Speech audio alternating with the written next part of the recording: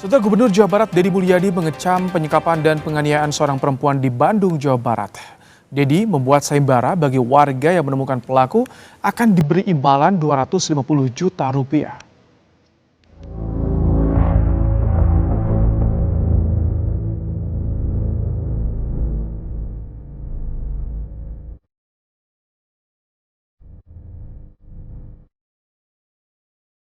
Kasus penyekapan dan penganiayaan keji terhadap seorang perempuan di Bandung, Jawa Barat memicu kemarahan publik.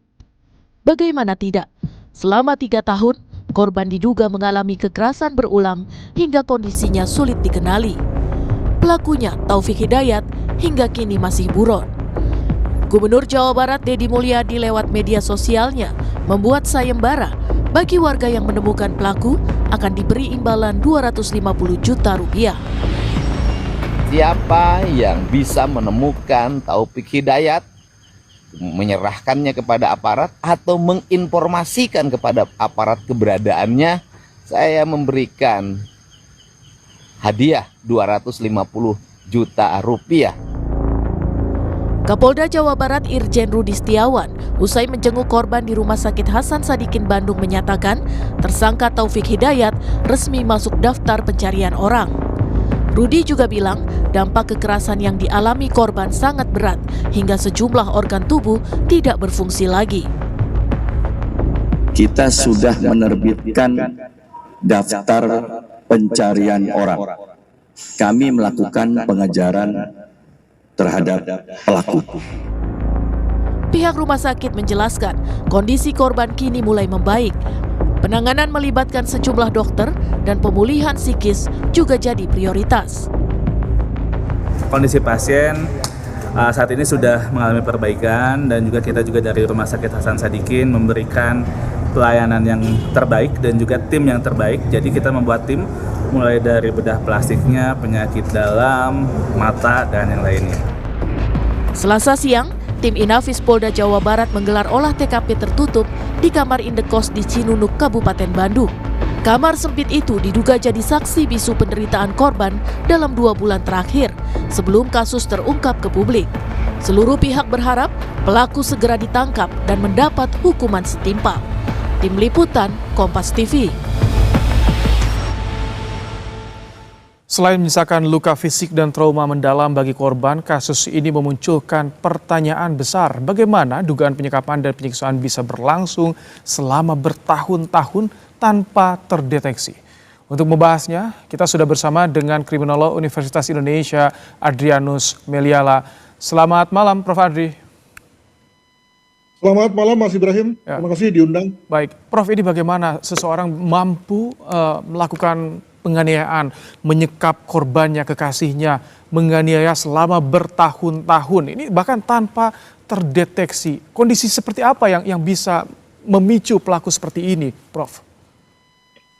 Ya, saya menduga pasti ada karakter tertentu yang menyebabkan lalu pelakunya dapat melakukan seperti itu. Jadi karakter ya, dia bukan hanya sekedar motif atau tujuan atau persepsi, tidak, tapi karakter sesuatu yang template ya, dan ajak sejak kecil ada. Nah, karakter itu pula yang kemudian ketika karakternya kita sebut sebagai buruk, maka lalu kita mencurigai jangan-jangan ini karakter ini memang karakter yang kita sebut sebagai sosiopatik atau psikopatik gitu ya, atau karakter yang lain yang kemudian lalu melahirkan perilaku menyimpang. Ya, tentu lalu dalam rangka memastikannya kita mesti tahu dulu atau kita bisa mewawancarainya setelah yang bersangkutan tertangkap. Namun yang jelas bahwa kayaknya ada karakter yang memang khusus dan ekstrim dari yang bersangkutan sehingga mampu melahirkan satu total kontrol ya kepada orang lain, dan di pihak lain juga ada situasi semacam total devotion, penyerahan total dari korban kepada sang pelaku.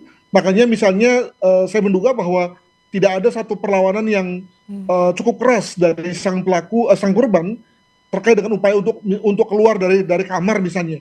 Itu pertama-tama dikarenakan karena sang korban kelihatannya sudah memuja sang pelaku sedemikian rupa sehingga walaupun dipukuli dan macam-macam malah tidak menunjukkan satu sikap bahwa dia sebetulnya dikerjai. Malah bukan karena ada tekanan atau bukan karena tekanan, cenderung ke tekanan atau intimidasi dari pelaku, Prof. jika hal itu terjadi? Ya tentu ada dua skenario ya, bahwa total devotion dari korban itu akibat dari tekanan, akibat dari opresi. Tapi ada juga kemungkinan karena sang korban itu memang sudah betul-betul menyerahkan dirinya pada pelaku, karena tadi awalnya begitu mencintai, terpukau dengan janji-janji, bahkan kemudian sampai seterusnya itu tetap memandang atau melihat pria tersebut, pelaku tersebut sebagai pujaan hati. Jadi ada kemungkinan itu terjadi. Tentu saja mana yang benar kita nggak tahu ya. Nah, maka kemudian ketika sang pelaku ini lalu melakukan kekerasan pun bukan dianggap sebagai sesuatu yang dalam tanda kutip jahat, tapi dianggap sebagai bagian dari tanda kesetiaan dirinya kepada sang pelaku. Makanya kemudian lalu bisa bertahan sampai 3 tahun begitu. Baik, Prof, ini ya itu tadi sampai 3 tahun tanpa terdeteksi, padahal tinggal di sebuah indekos yang tentu ini ada tetangga, ada penjaga kos. Harusnya ketahuan dong, Prof ya? Ya tadi dikatakan bahwa yang bersangkutan berpindah-pindah. Saya menduga kenapa berpindah itu pada saat misalnya ada tetangga atau orang lewat yang lalu mulai mempertanyakan, mana istrinya Pak, mana istrinya Mas, misalnya begitu. Atau mungkin saja pernah melihat istrinya dalam kondisi luka, maka itulah saatnya di mana sang pelaku harus pindah. Jadi memang yang pelaku ini memang cerdas ini ya, baik cerdas dalam rangka memanipulasi si korban, tapi juga cerdas dalam rangka membina hubungan dengan tetangga sehingga kemudian tetangga tidak tahu apa yang terjadi sebenarnya. Demikian. Dengan hal-hal seperti itu yang diupayakan, yang dipersiapkan oleh pelaku ya, memang akan sulit terdeteksi oleh lingkungan sekitar, lingkungan sosialnya. Ya kalau kita lihat gambar ini aja kan terlihat bahwa sebetulnya tidak berada di pemukiman yang padat ya, di depan kosong, lalu mungkin hanya ada 1-2 di kiri kanan, lalu di atas mungkin juga di antara mereka itu adalah pekerja-pekerja yang sibuk ya, alhasil kemudian tidak ada orang yang bisa diharapkan dari sisi pertolongan. Tapi lebih daripada itu kelihatannya memang si korban memang sudah korban yang submisif ya, sudah menerima apa adanya, sudah pasrah terhadap apa yang terjadi dengan dirinya. Nah, maka ketika kemudian kondisinya sudah amat parah, barulah kemudian si pelaku sendiri yang berinisiatif untuk membawa ke rumah sakit.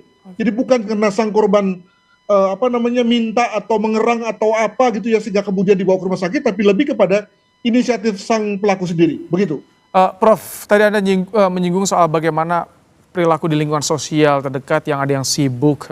Nah, kalau misalkan di lingkungan sendirinya yang berdekatan tahu, tapi kadang ada kita beririsan dengan yang namanya ranah privasi. Konsekuensi hukum apa yang bisa timbul dari hal itu, Prof? Sebetulnya kalau kita bicara mengenai undang-undang perkawinan, maka undang-undang perkawinan kita tidak melarang kalau kemudian ada orang lain masuk saat terjadi tidak pidana antar suami dan istri. Jadi misalnya sebagai contoh ketika terjadi, ini kita ambil contoh lainnya,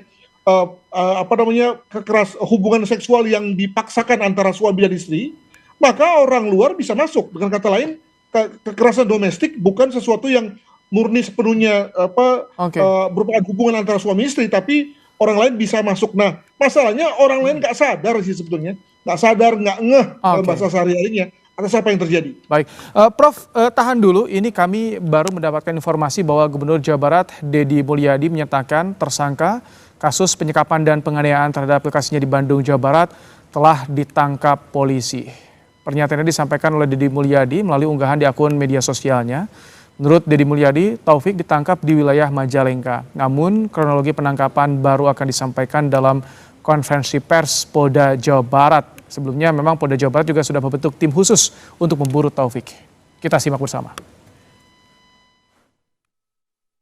Kami mengucapkan terima kasih dan penghargaan yang setinggi-tingginya kepada Bapak Kapolda Jabar dan seluruh jajaran yang sudah dengan cepat menangkap pelaku biadab Taufik Hidayat di Majalengka. Ya, tentu ini kita juga masih menunggu konfirmasi dari polisi terkait ditangkapnya terduga pelaku. Namun melihat dari keseriusan yang ditunjukkan oleh polisi membentuk tim khusus untuk memburu pelaku ini betul-betul menjadi sebuah atensi kasus yang menggemparkan ya, Prof? Betul, saya menduga bahwa polisi melakukan 3 hal sekaligus. Pertama, melihat jejak digital. Kedua, mungkin melihat pada pada apa yang orang lain terakhir saksikan tentang dirinya. Dan yang ketiga juga tadi melihat dari pertinggal yang terdapat di TKP tentang mungkin misalnya di situ ada alamat dari saudara atau yang lain yang lalu kemudian bisa menjadi semacam clue bagi kepolisian untuk melakukan pelacakan begitu. Oke.